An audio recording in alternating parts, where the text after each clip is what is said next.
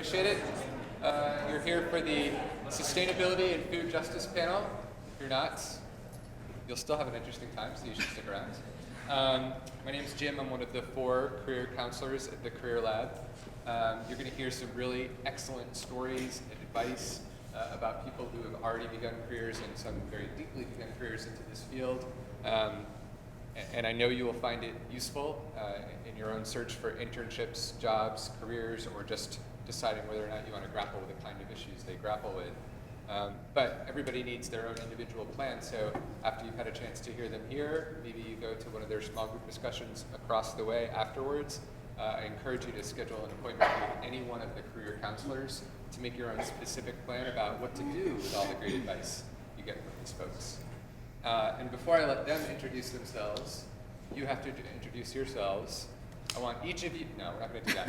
Some very general, a couple people's hearts beat a little harder, I saw that. Some very general sense of who's in the crowd. How many seniors? Oh, very different from the Jobs on the Hill panel. Okay, how many juniors? First years and sophomores. Oh, all right. What's up with the juniors? Still sleeping. Very strange juxtaposition. Okay. How many folks have done work, and anybody, if you saw this panel title, you must have been like, that's a lot of stuff for 4 people. That doesn't seem possible. And of course it isn't. But how many people have done things that they feel like are related to sustainability or food justice already? And can a couple of people just speak up and say some of the things they've done?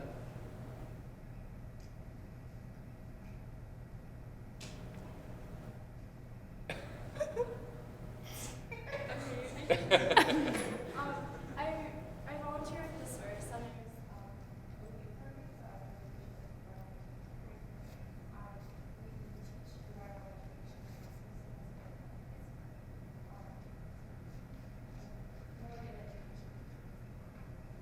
so A couple more?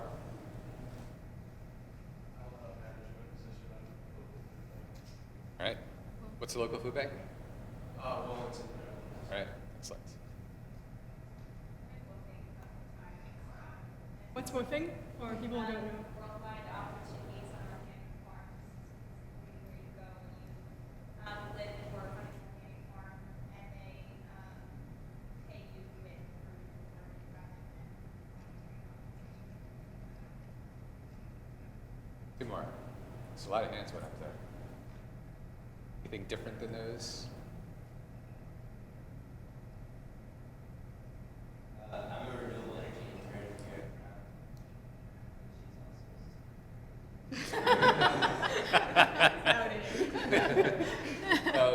Can you say a little bit about what that means? So, I'm helping work on developing renewable energy right now. So, trying to bring solar into LFR and Excellent. So a lot of hands went up when I said, have you already done things like this? How many people, more than 50-50 chance, would like to do something like this after graduation? Right, and how many looking for some kind of internship in this area this coming summer? Right, so much Jobs on the Hill, sorry to put the pressure on you guys, it was way more theoretical, the Jobs on the Hill. They were like, yeah, I might be interested. These guys look like they're hunting. So they might be coming at you with some serious questions.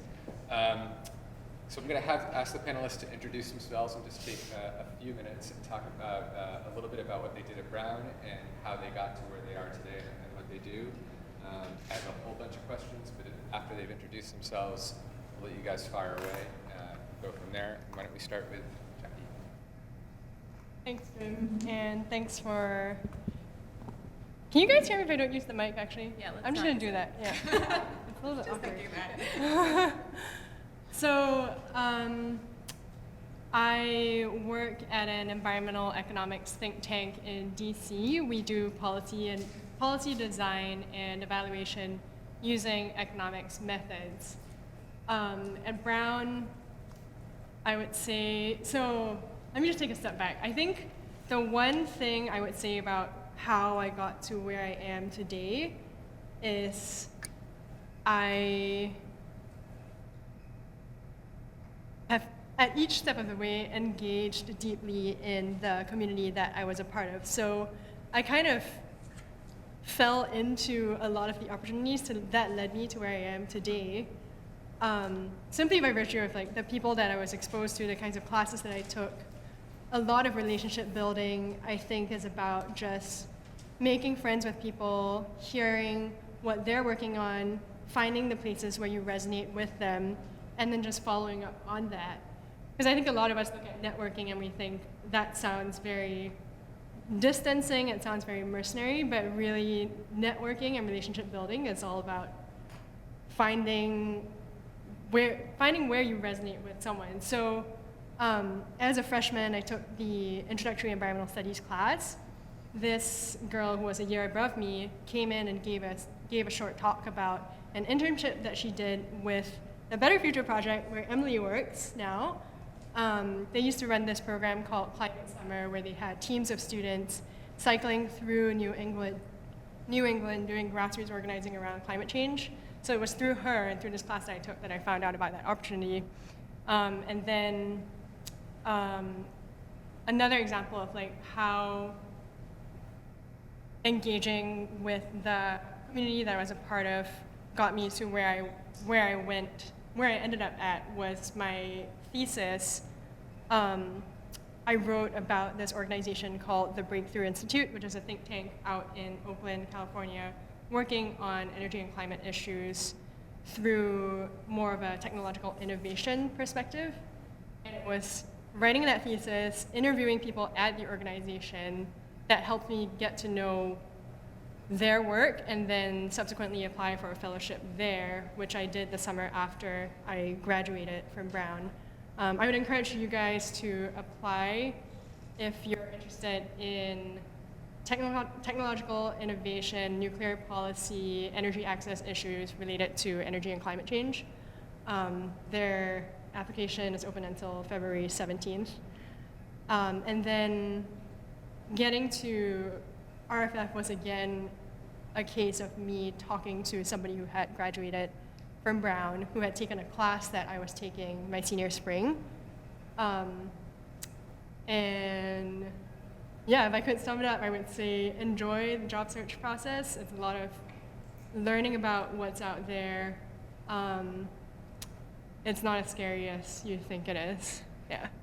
One of the key things that Jackie did that I don't think enough students do is when you're doing your thesis that's on a topic related to the kind of work you want to do, you can make those kind of connections, right? Right, yeah. And you shouldn't be thinking about it as two separate endeavors. And then tell me if this is wrong.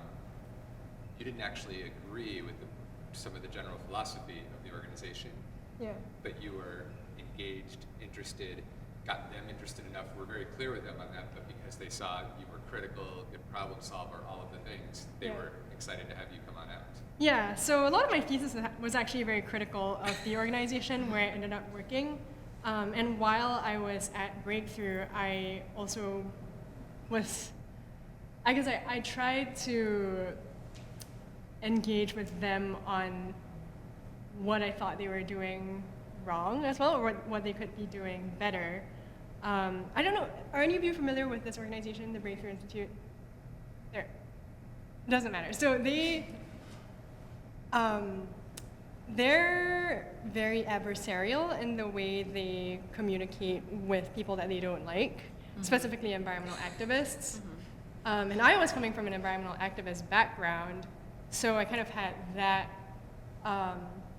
exposure to them, and I feel like some of them at the organization don't have, they're not familiar with the activist world, and yet they're comfortable with like criticizing them. And so I saw myself and my work as kind of trying to bridge those two worlds because I felt like I got a lot out of both worlds. And I think especially in the environmental world, because there are so many different theories of change and strategies out there, it is really important to expose yourself to different organizations and their philosophies and see how those two things, see how those juxtapose, are see how those stack up against one another and how their assumptions are different, so that you can clarify for yourself what exactly you believe in when it comes to environmental change and what you think works. If we don't get to it in the panel, I highly encourage you to have a discussion with Jackie later about these guys who launched their think tank with an article called "The Death of Environmentalism" a long time ago. So they're a fun group to talk about. Yeah. My name is Julie Rodriguez, and I'm also based in DC right now. I work for a nonprofit farm certification called the Equitable Food Initiative. So we certify farms based off of a whole set of food safety, labor, like farm labor worker standards and environmental standards. And right now I'm sort of in transition with them into a trainer role where I work directly with our farm workers on educating them on our standards and sort of how they can help make all of those things be in place because they have the most expertise involved.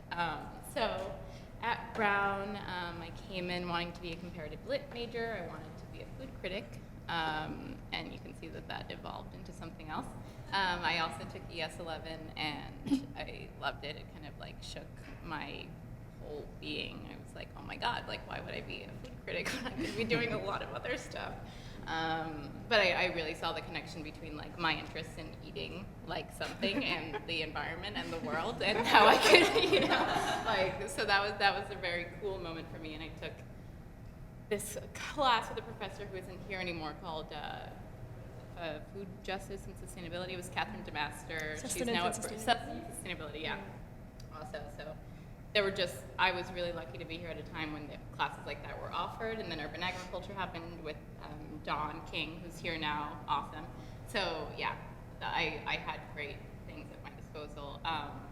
But while I was here, I worked at Bud's, sandwiches at the Blue Room, and I was a sustainability intern for dining services, and I also worked at the Curricular Resource Center, which is where like ICs and independent studies and the MAPS program and a bunch of other things come out of. And it's like that space was really, really important for me while I was here because there were always people in that room asking really thoughtful questions about our educations and the classes we were taking and why you wanted to do something and why you would choose something over another thing, and just connecting ideas and just all of us trying to figure out how to articulate our interests and like create some kind of narrative about what we cared about and make those connections. And it was great because it's like really student run, that space. There's a lot of peer advising, and it was not, you know, it was a little intimidating at first, and then I realized like these are all my peers, that's what we should be doing. So if you haven't been there yet, I recommend just dropping in. There's always cool people there. And Peggy Chang, the director of the Curricular Resource Center. So that was the stuff I did on campus. And in my summers, my first summer I did an internship in San Francisco with an organization called Roots of Change, who brought together a lot of different stakeholders around, who were trying to influence California food policy. And I was like a media and communications intern with them because I was still a little stuck on the like writer journalism part of my interest. And then, you know, it was fun, and I made good connections through there. And I also booked, so I know about that, which was really fun and cool to just be on the ground and learn about actually like soil and harvesting, and you know, so that was great. And then I worked. Oh, I also worked on Brown Market Shares here, which was also a big part of my life. And at the time, it was like all female-run space, which was a cool, empowering thing for me at the time. Like coming into it and having this like leadership position with this space that was really growing a lot on campus. So that was really important to me. And I worked with the Environmental Justice League of Rhode Island one summer as a food justice teacher.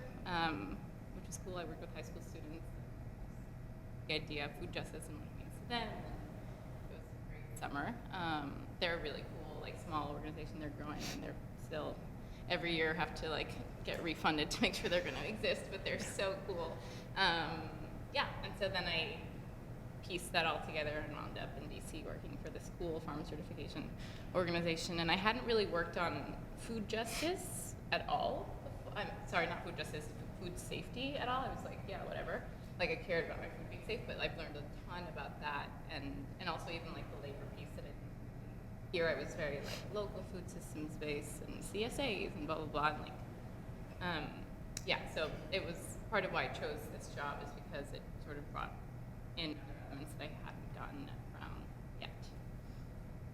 Can you just talk just a bit about how you found it? Because one of the challenges with this field is there's not employers knocking down the door on campus and coming here to do recruiting. Yeah. So how did you identify them, and then how did you land the gig?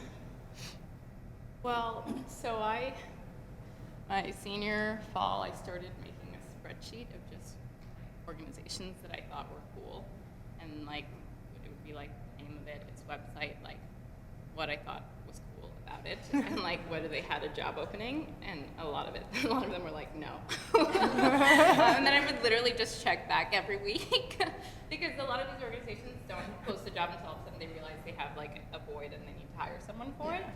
And that happens like a month before they're going to hire you. So it was just, I had to learn to embrace a lot of uncertainty, but it was cool to sort of, I had such a long list, and I was like, okay, I need to refine this and figure out what I actually like want to work on, and what I'd be okay with working on. Like I had a really wide array of places. Like I was telling a friend of mine, like I had places like Sir Kensington's Ketchup, blah, blah, blah, who was like run by Brown students, and that's food, cool. But then there were other places like Oxfam America, and they were running some other really cool like food aid programs, and those are two really different things. So I had to figure out like, okay, like which pieces of that do I care most about? And actually, EFI, the organization I work for now, was part of Oxfam America, and we spun off and like incorporated as our own nonprofit last April. So when I got hired, I was working for Oxfam on a project of theirs, and then left Oxfam and kept working with EFI. So sometimes you have to look at, like I didn't really want to work for Oxfam because they were too big. Like I knew that I didn't want to work for a big place where there would be a lot of bureaucracy. I wanted to just like be able to be flexible and be somewhere that would let me grow with it. So I was looking for newer places. So I don't know, sometimes you find it where you're not expecting it. Cool. So I had a pretty circuitous path to where I work right now. I actually was until the fall of my senior year, I was a Latin American Studies and Econ major. And I really thought I was going to work in development and foreign aid. And I felt at Brown that there was a real culture of needing to specialize, to have your thing. And so I decided pretty early on that was going to be my thing.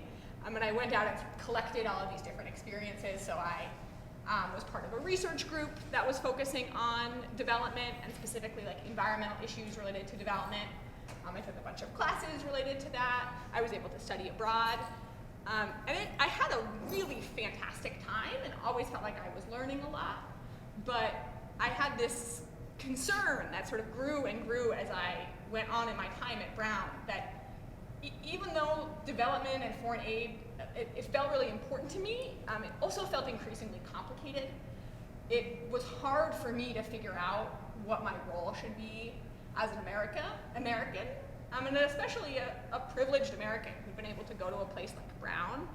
It always felt very strange to me that the whole project that I was engaged in was about going to other countries and trying to help. And I did a lot of thinking about that and talked and worked with some people who were doing really good work that kind of got around that dilemma, but it always felt problematic to me. And that all kind of came to a head in the summer of the summer before my senior year. I had gotten some funding from the Swearer Center to do a project in Brazil, where I had studied abroad, related to ecotourism. And I was also going to write my thesis about it. It was sort of this whole thing that was going to be the culmination of my Brown career. And I got to Brazil, and the project started falling apart, as happens. And I found myself increasingly sitting with this realization that this was not the kind of work I wanted to be doing. That it just felt too complicated to me to figure out what my role should be in this kind of development foreign aid space. And I remember sitting on the floor of my host family's bathroom one night and being like, this is not gonna work. So I returned to the US. I actually gave back the remainder of the funding.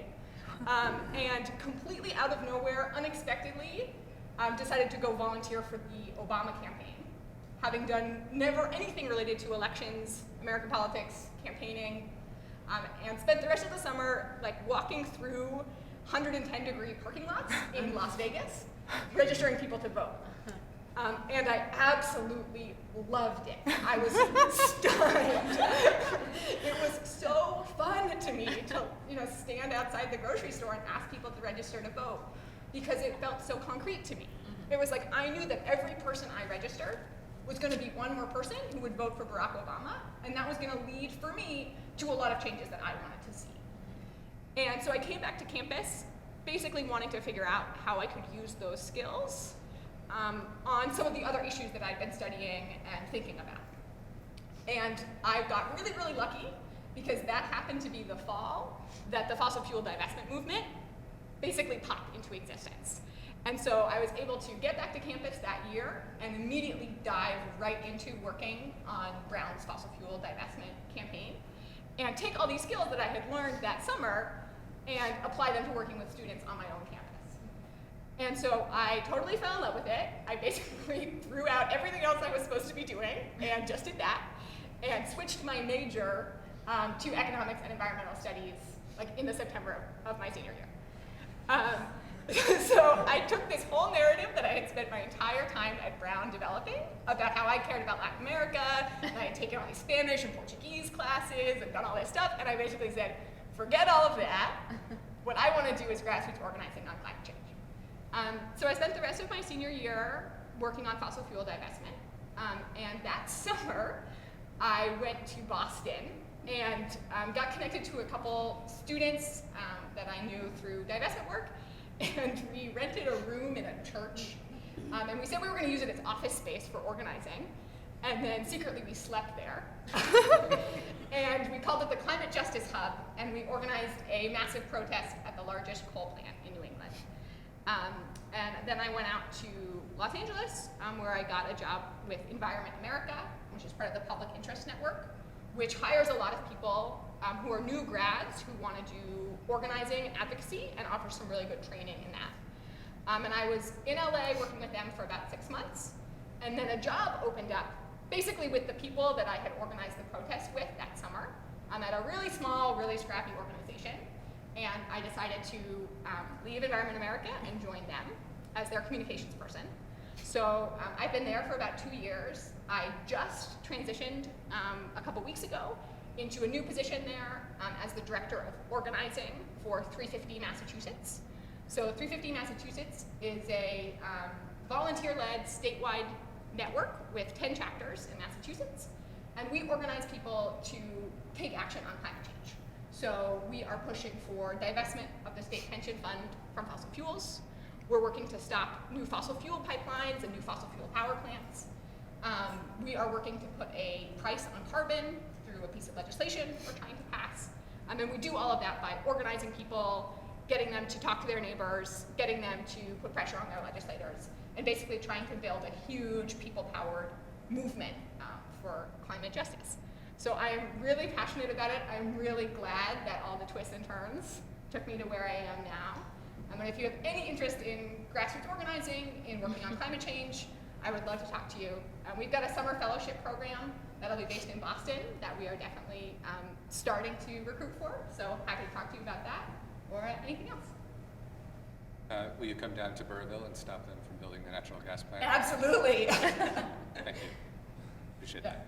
Yeah, we've been working definitely with the groups trying to stop the Burrville plant. It's connected to a fossil fuel pipeline that'll run through Massachusetts, and so we've been fighting that basically in every community we can in Mass. I have a good campaign slogan for that. What is it? Well, do people know Burrville in Rhode Island? Do you know how to spell Burrville? So somebody taught me to spell Burrville by saying there are 2 ills. So I think you can work on that and say no more than 2 ills in Burrville. Yeah, you're not going to hire me to work on it? You know, you get a lot of competition. It's a very need a communications intern? Yeah, if you approach me just right, we can think about it. If you are interested in that internship and want to connect, remember that the Career Lab offers Link Awards, $3,500 of funding for low paid or unpaid internships. So we can help aid in that internship. Fantastic. All right. Jim. Yeah, hi. So I'm the executive director of a small, scrappy nonprofit. You know, in the nonprofit world, sustainability has multiple meanings, one of which, the big one that we're focused on as much as environmental sustainability is organizational sustainability. So, and the organization is called Land for Good. We are based in Keene, New Hampshire. I live in Massachusetts, but we're basically kind of a distributed staff. And our mission is to put more farmers more securely on more land. So kind of the academic version of that is we work on farmland access, land tenure, and farm succession and transfer.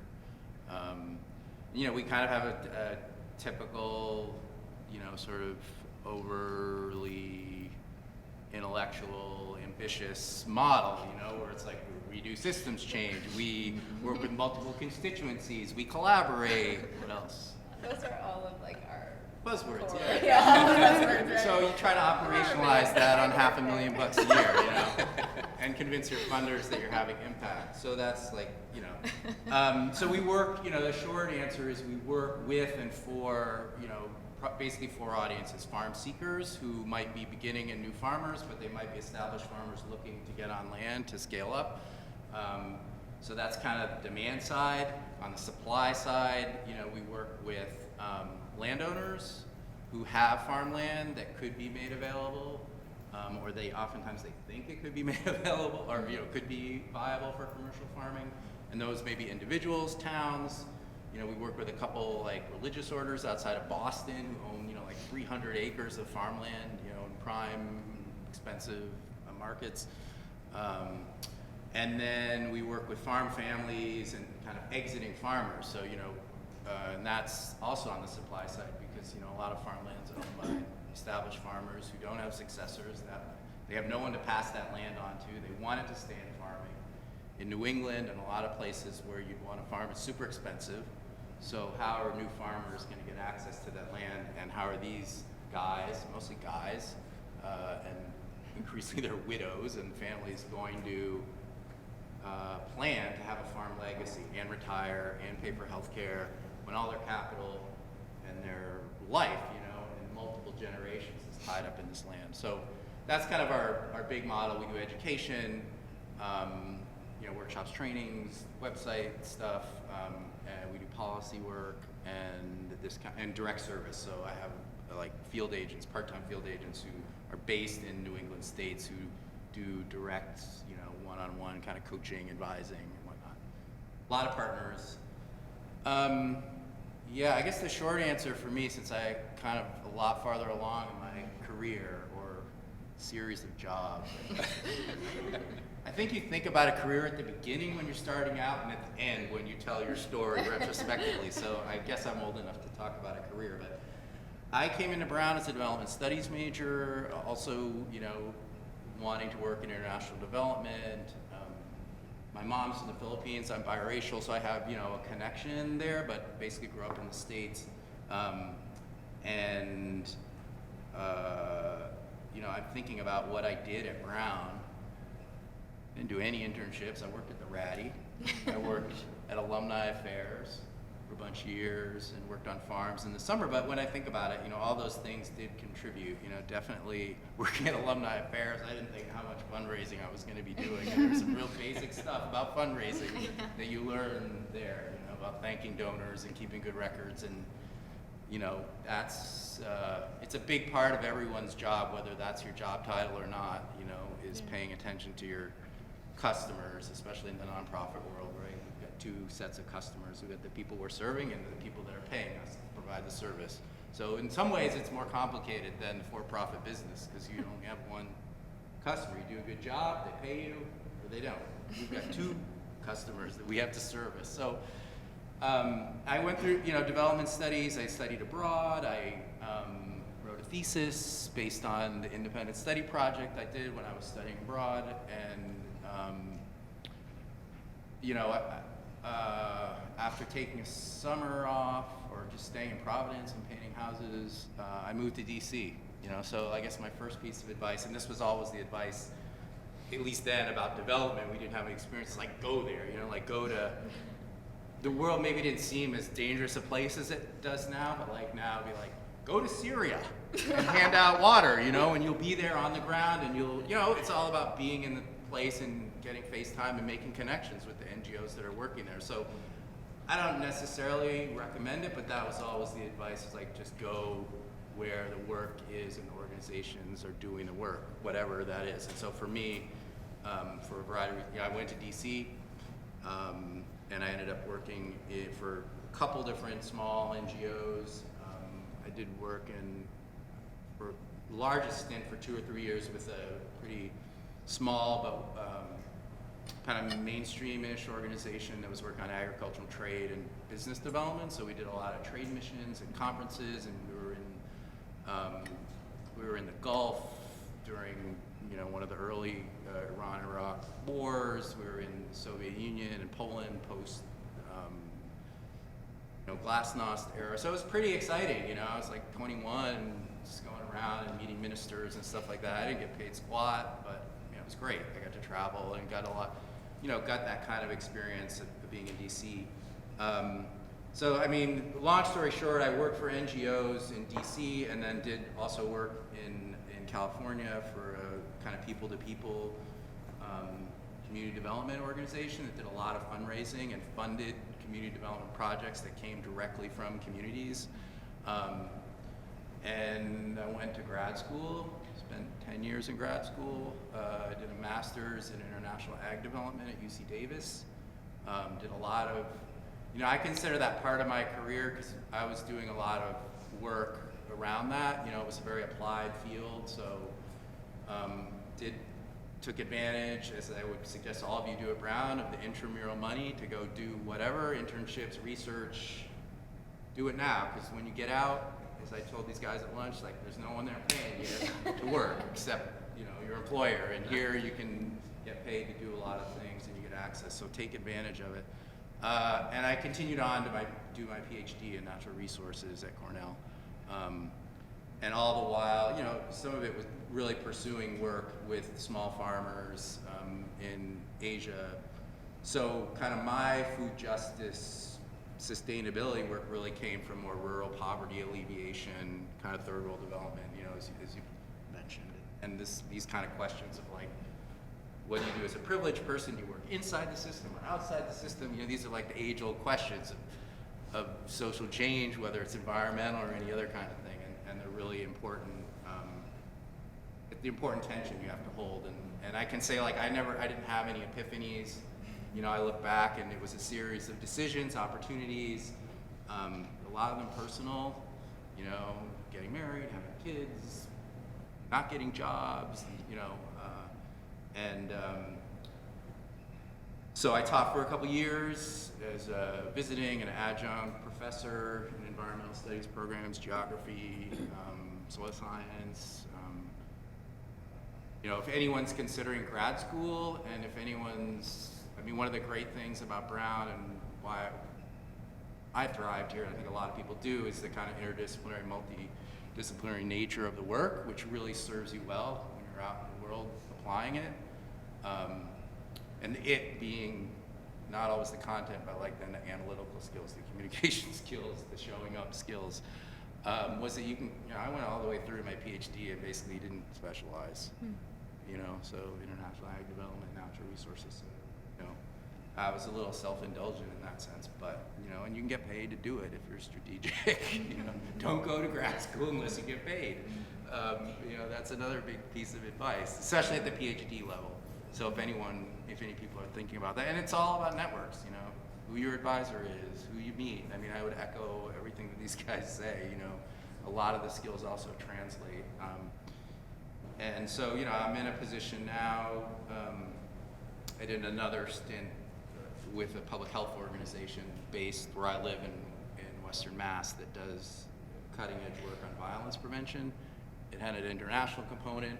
Only reason I had no background in public health, but I had a community development perspective. I fell back on kind of my NGO skills, and I was doing consulting and doing grant writing.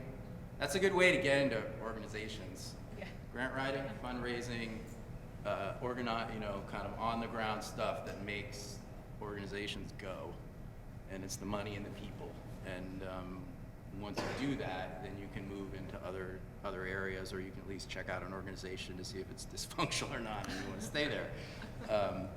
And yeah, so now I'm in a kind of management position. It's very it feels a bit full circle, because there are now not many organizations in the U.S. that think about farmland, issues of land tenure and access in a frame that's very similar to the way that I and a lot of other people think about when they think about Latin America or developing countries, or land grabs is kind of the term now you hear a lot about in Africa and other places. So it's it's intellectually rich, and it's a luxury. It feels like sometimes in the NGO world to do the analysis and the thinking and the writing, it's just not. So I really cherish the times when I was in grad school or was in a position kind of coming up to where I could, do research and do stuff, as opposed to write grants, report on them, write personnel policies and all that kind of stuff. But it's a different kind of impact, and yeah. So, number of seniors in the room who are looking for first things, number of non-seniors who are looking for internships. I'm wondering if you guys could each take a quick second and tell me, this is not really a quick second, what's your organization's theory of change? And how important should that be if I'm a senior or if I'm looking for an internship? How important should that be in how I'm choosing which organizations I want to go after? And if it's not that important, what other things should I look for in that first job, in that first role? We don't have to go in any particular order. Anybody who wants to jump in?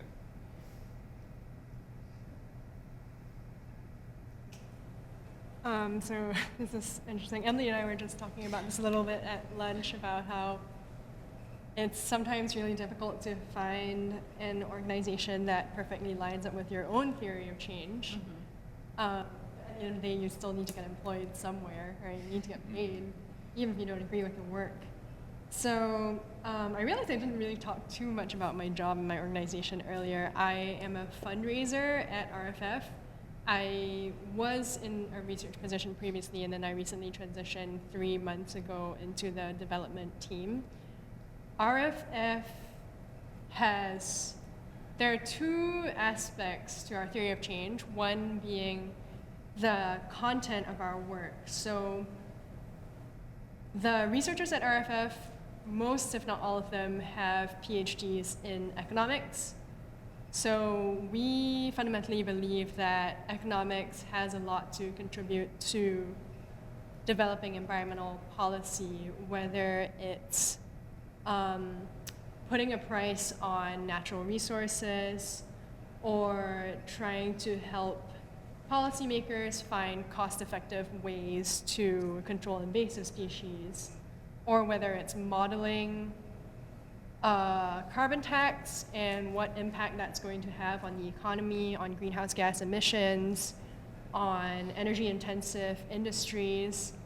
That's a content side of it. And then in terms of our process, RFF acts as a bridge between academia and the policy world. So we are located in DC, but at the same time, we are very well connected to economics departments around the US. And so we leverage the rigor and the accuracy, or the analytical rigor of academia to provide us with insights for the policy world, and then we leverage our position in DC to feed those insights into the policy process. And specifically, RFF is a nonpartisan, very independent organization, and that reputation is important to us because within environmental policy, there's so many different organizations, a lot of them with an agenda,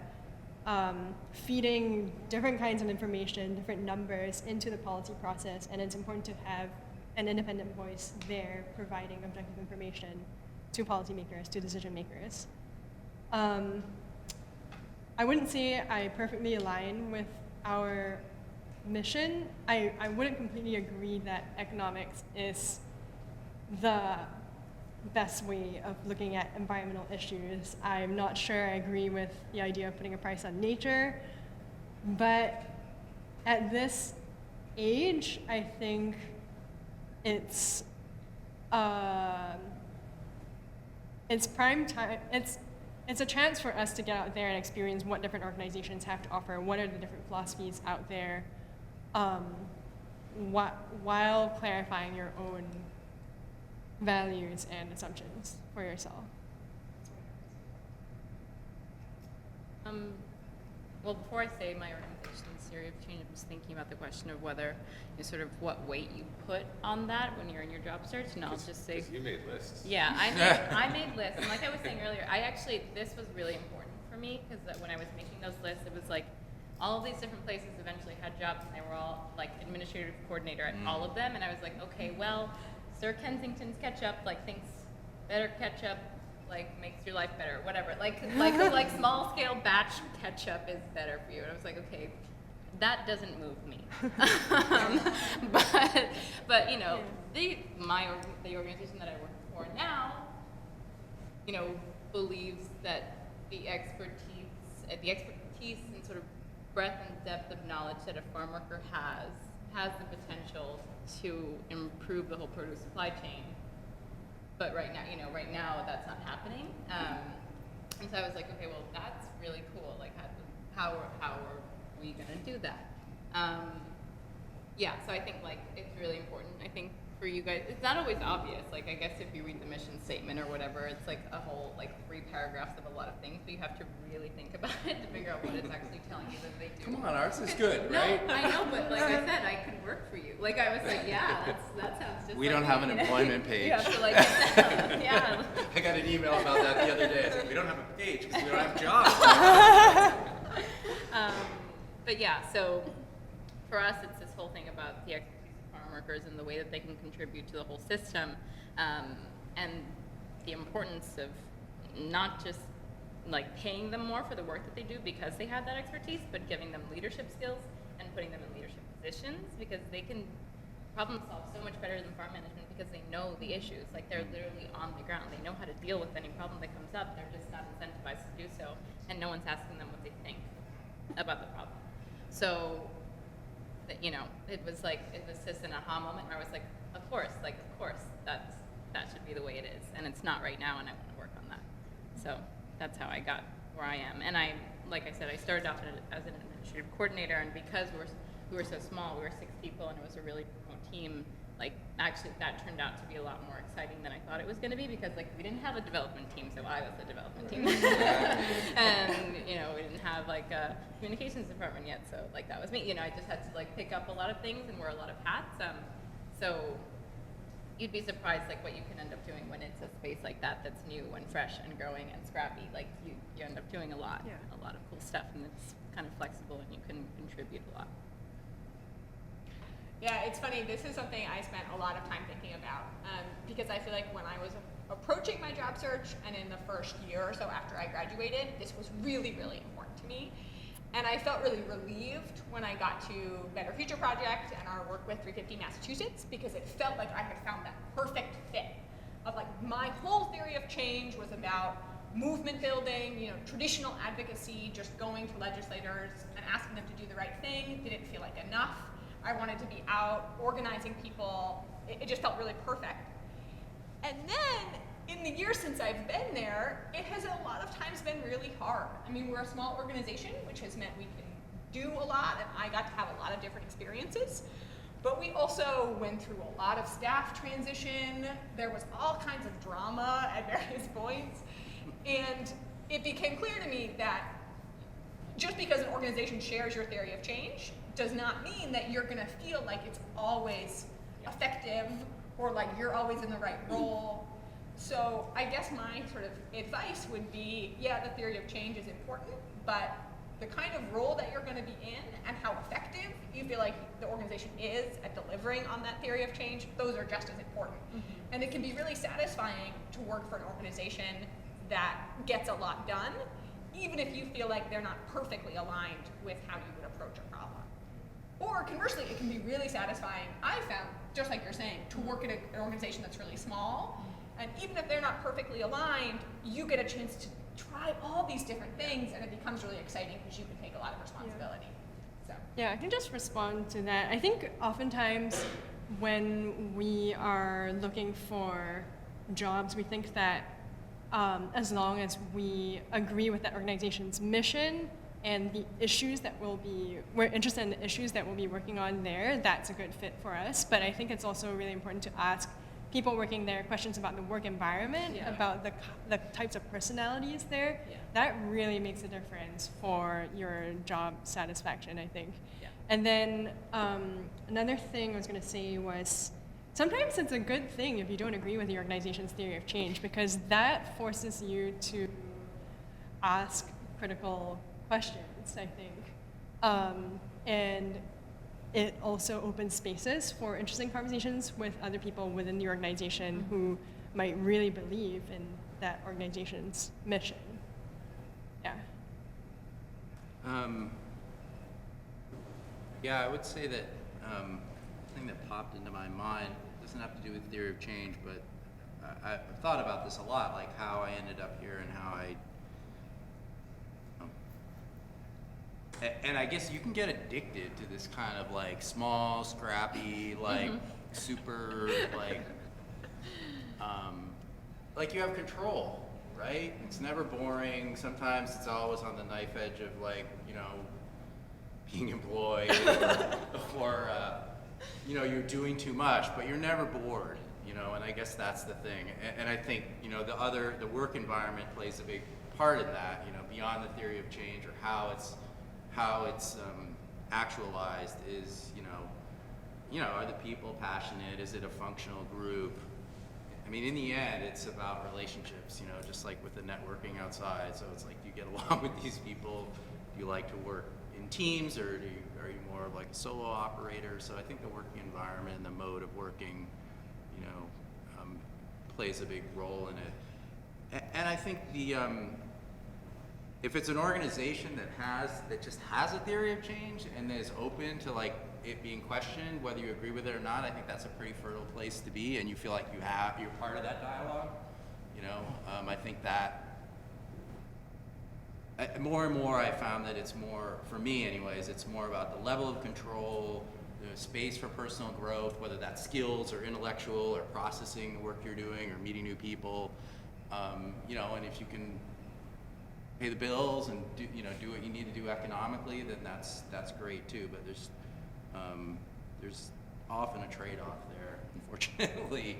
You mentioned it before. You know, the bigger organizations that sometimes have been around, they're stable, they got a good 401k, they maybe even have a lot of internships, but your expectations for the type of work and work environment you're going to have, you know, are kind of different. So I think the work environment it plays a big part of it, and I think for me it's like that an organization has a theory of change and people actually talk about it and take it seriously, and it's not just window dressing on their website or like a bumper sticker, and that you have a role in it. That's pretty important. Right. I have a million questions, but I bet you have some too. I'd like to ask the panelists about.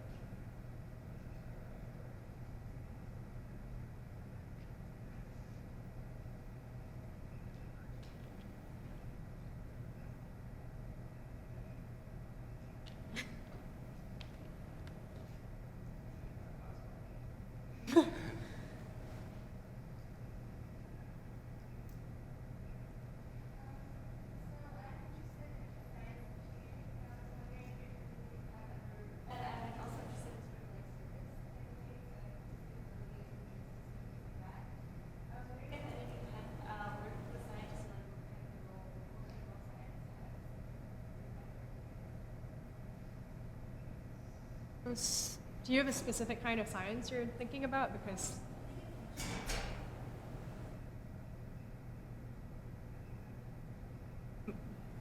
only science I work with is social science. Well, one of our, like, yeah, actually, same. But like, the first thing that comes to mind is the Center for Science and the Public Interest, which is this TCU-based group, and they're one of our board members, and they've helped us build our standards because they, could think about some of this stuff. But I personally don't. Yeah, I guess in my current job, not so much. There are people doing a lot of interesting things in our space, in terms of in ag and, really like farm hack and, do kind of more citizen science type stuff related to ag or different kinds of, innovation, ag technology innovation. Certainly I have, through doing my research and when I was working overseas, I kind of straddled that line between, working with really applied stuff, soil science, weed science, plant science. So I think, and so I would apply, I would say that, when you have a chance to work with an interdisciplinary team that's that broad, that's often really exciting, like economists, the sociologists, the whatever hard scientists, is super exciting. And I think right now, what I find exciting is just there's so much more, so many more avenues to like communicate that science out to people in a way that's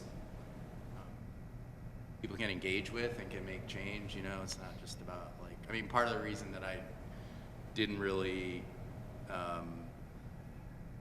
academia ultimately didn't resonate with me. My parents are both academics, so I kind of grew up around it, was just that kind of distance from science and stuff on the ground, which, this is what you grapple with too. It's one of those age-old questions, right? The applied stuff, and so. But I don't right now. Not so much directly for me. I think I'd say that there's a great need for people who truly understand the natural sciences and who are able to to translate that for a popular audience, and it's becoming increasingly important in environmental policy because there's such a proliferation of information out there and different avenues through which you can get information that it's really hard to cut through all this fuzzy things. Science is complicated to people who don't understand it. I think there's a real increasing need for clear communication of that science, of that expert knowledge. Yeah. I think whatever expertise you have, communicating it that's like one of those skills. It's not just writing, but actually being able to communicate concisely and write on the web with fourth grade. Whatever those parameters are about reaching people. If you're trying to reach the public, whatever you're going to do, you're going to know a hell of a lot more than anyone else you're communicating it to. Probably, that was one of the things my dissertation advisor, faculty advisor said when you're presenting. It's like, you're the expert on this, so on the one hand you should have the confidence, but on the other hand you have to kind of try to talk simply. So whether it's science or economics or other things, I think that's a skill that translates really readily if you're a good communicator. Yeah. Some of the big environmental groups have scientists. Yeah. I have some connections with some of those. I don't know how many are Brown and Lund, but I've got, if you wanted to circle back, we can get you in touch and you can do some information.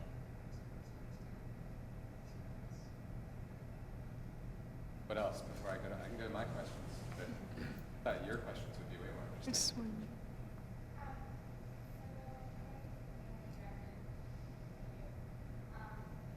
I was wondering how easy or difficult it was to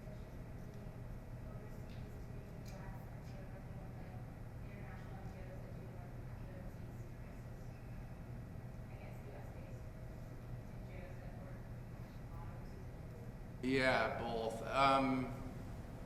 How difficult it was. I think the issues were just, as much sort of the cross-cultural, which you can experience in the U.S. going from different organizational cultures. Again, you know, I've kind of had a foot in, having grown up a bit overseas, so I've been kind of making that translation a little bit, and it's sort of part of my own like identity exploration, anyways. But yeah, mostly in the Philippines. But again, traveling, you know, I did work in the Gulf, I did work in the Caribbean. But in terms of living, you know, longer stints, it was Philippines, Indonesia, Thailand. So, you know, I was kind of familiar with that. I mean, I do think that this question of being okay with your motivation for being there, you know, I don't think there's any right or wrong answer. It's just you have to be okay with your own, whatever it is, morality, ethic, or what feels right. And if it doesn't feel right, or you can't, you know, in terms of the, like, personal privilege working in, am I helping? And I mean, right, you face that anywhere, right? I mean, you come out of Brown, you're gonna go work in wherever, South Providence, it's an issue, you know, you gotta, and so it doesn't change. I think you just, I guess that's part of, yeah, that's just part of the path. Just to grapple with that and be okay with it, or find a place you're okay with it. So I think going back and forth, can be a part of it, aside from just the usual, like, cultural living stuff. Is it also just like logistic economics to start? I guess also what I'm wondering is like if you begin with like kind of justice work in the US or like begin doing international development work. Like I do development studies also and I also am interested in kind of justice. And so I'm like looking at things both overseas and Yeah, in the yeah, US, yeah. and I'm just wondering like What's you the cut path? yourself off from one path you begin in one place, there's like easy enough to sort of get in. I've seen people go both ways, you know, like that one sort of model of like you go on the ground is more like, you know, you could do Peace Corps, you could show up at a disaster site, you know, and sort of work your way into development that way because you're there and, you know, whatever, you start at some entry level thing. I mean, I left out all the times I temped and volunteered and stuff like along the way when I switched jobs or moved locations. So that's the hardest part, quite frankly, is like getting into a new place with your new network if you decide to move without having a job in hand. But I think I've seen people, you know, go the other way who start in DC and, you know, either do the consulting path or they go to a big NGO, Oxfam, World Vision. But either way, you're kind of starting at some form of the bottom, some form of entry, right? You know, it might be an admin assistant or a temp or whatever if you're in kind of the white collar part of the work, or it's kind of on the ground. Not doing, you know, maybe, you know, just doing hard work, not under hard conditions, so. Yeah, I feel like at Brown, at least for me, I always felt like there was this culture of sort of like you would be on a path and you had to pick a path and this and that, like one thing led to another.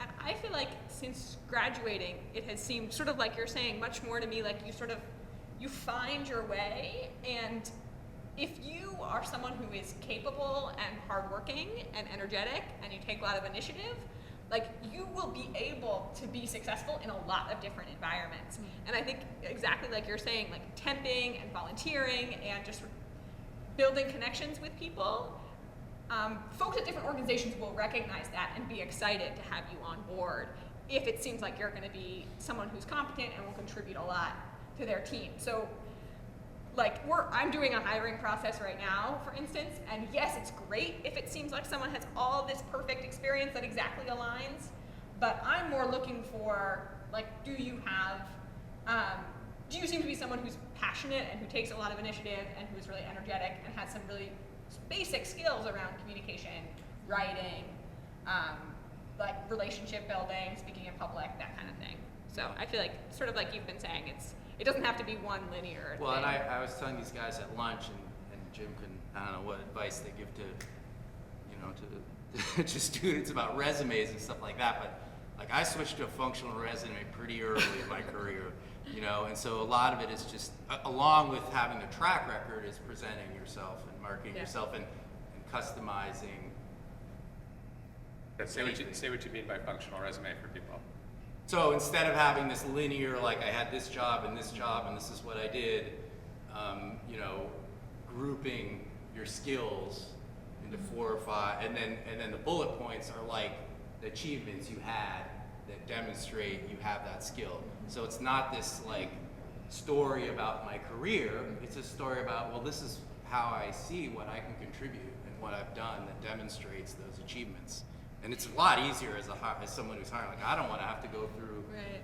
you know, all these people's jobs and dates and wonder like, how does that apply? I mean, I want them to tell me, you know, why they want to work here through their resume and cover letter. And I think that's that's a skill you can start on now, is packaging yourself. And you obviously now have a lot more ways to package that, I know that, career services here works on, but it's important. You are using the exact words. I mean, I encourage people to think of their resume, have a master resume that has everything Exactly. you want, but Yeah. when you're submitting your resume, it's a one-page packaging of your experiences for that employer. So in many ways, even though it's you, it's more about them. And I did this, like when I applied for this job, or, like 4 years ago. So this is not anything like you do it once and it's done and you just add your next job onto it. So that's kind of the work that goes along with the spreadsheet, It's like, okay, who's my target and how am I going to really match as best I can out. Right. And another question up here. So you're talking about Terry's assumption. So you choose your acting position, nonprofits, or corporate, or policy, or think tanks. So how do you make that decision?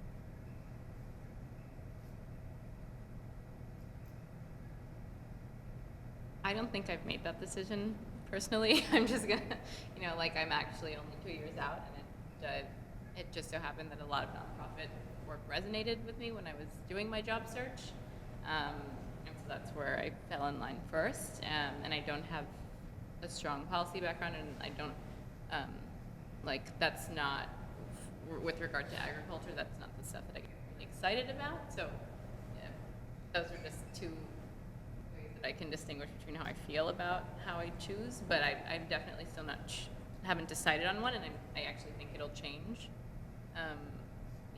My next job or the next one, I think it's kind of fluid depending on how my work now informs what I want to do next and where I can affect change.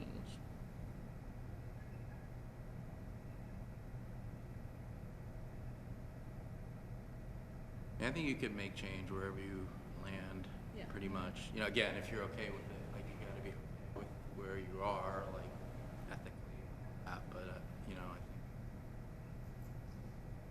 But yeah, again, for me, like from staying in academia, it didn't feel viable in a lot of ways and felt kind of removed. And I realized I wasn't really into the grind of the teaching that was probably I would have to do. So for other people, that's it. Like shaping the minds of the next generation, advise them, and it's all good. It's just it wasn't for me, and maybe I had been too long working in NGOs to go back to working in academic mode. But I think there's certainly a lot of good stuff happening in the corporate world, and the reality is all of us nonprofits rely on corporate money when it comes down to it. Because like the people who are donating to us are donating because, right? I mean, that's the system we have. Wealth generation is coming primarily from the private sector or through taxes, and so none of us should really get too. Again, I can say too high and mighty about who's paying the bill, because until we come up with a big system change, like big system change, like full on sharing economy, no money, we're all a little bit dependent on that flow of resources to pay people and stuff. So I think one framework that was useful for me in thinking about what type of job I wanted to end up in was whether or not I was in an innovative space. And what I mean by innovative is non-status quo. So if you're talking about a corporate sustainability job, for example, you're consulting for L'Oreal and helping them green their supply chain or whatever. And I kind of see that, so not to diss corporate sustainability jobs, but I see that as consulting for a machine that's already in motion. Whereas in the policy world, the research world, the nonprofit world, you're kind of calling out things that are not yet being done, and you're sort of serving as like the critical thinkers of society, and I liked being in that space. Like I liked sizing up a system and identifying where there are gaps there and pushing for further change. And then beyond that, I think the rest of it was very organic. I was kind of opportunistic about taking advantage of relationships that I had with different people. And I also was, like, I also knew what specific skills I had and what activities I liked engaging in. And so it's not just about like agreeing, again, not just about agreeing with a certain theory of change, it's also about where is your happy place, sort of, because that's where you're going to be functioning most effectively. Yeah. Yeah. I will say though that like, in the same example with the corporate sustainability role, and like you're in L'Oreal, whatever, and it's the corporation and you're doing it the way everyone else is doing it, like that also is an opportunity to push and do it differently than it's happening in every other company trying to green their supply chain. Like, I think it's really, really important to remember that like we should work with corporations. Like my EFI is working with Costco and Target and like all of these players that are, you know, big, bad, whatever, and Walmart, and like the whole idea is to push them and change them. So like that there were points where like when I was applying for jobs, I felt like I was selling out if I worked within one of those as like someone trying to change it from within. Then I realized that like that's a challenge that is actually really important to take on, especially if you are trying to change it and not just go with the status quo. Like if you actually are trying to be a change maker from within. Yeah. I mean, I think if you want to work on food system change, I mean, how can you not work in the mainstream food system? Right. Yeah, that's where it's happening. That's what people are eating. And so you're going to have, again, if you're okay with it and you can find the space that meets all these criteria, you don't have to, I mean, like the systems change model of whatever, you know, food conglomerates is pretty simple, you know, making money. So, but your systems change model as the cog in there is what's important, you know.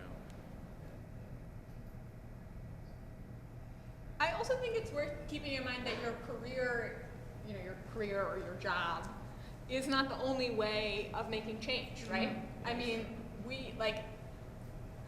I work very closely with tons of people all over Massachusetts who are volunteers and who take tremendous leadership as volunteers and to have jobs that they either love or like fine or don't really like, but they have this other outlet where they are able to make a really substantive difference in their communities by taking some time that they have outside of work to organize and mobilize people, and that gives them a lot of control and it's very satisfying. So it's worth thinking about too, like whatever job you're looking for, do you want a job that gives you the space to pursue all these other things that are important to you?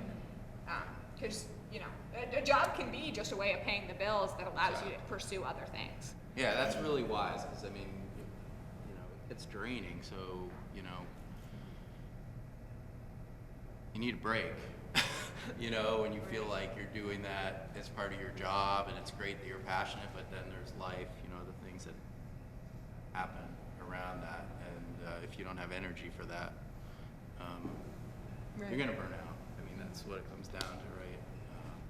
So, you know, and doing other civic things, you know, like I serve on my conservation commission, or you do stuff, social justice through your church, or whatever, give money away, you know, I think those all are part of the package if you think about your job within this, you know, if you define your career the way you want to be in the world around social change, then the job's just part of it. Yeah, exactly. And kind of healthy lifestyles. Right. We have time for one more question.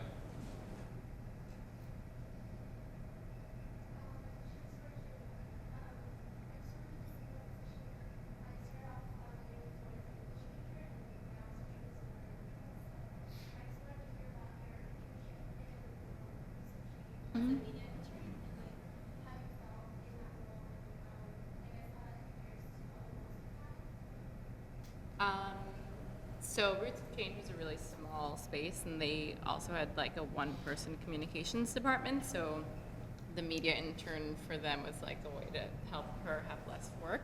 So I was like writing blog posts for them and sort of interviewing people to write success stories about collaboration in the Bay Area related to Roots of Change, related to their work. And it was really cool for me to just get exposed to people that way and have sort of the interviewing and writing opportunity that I wanted. You know, it was like, this is like what journalism is like, you know. So that was very cool.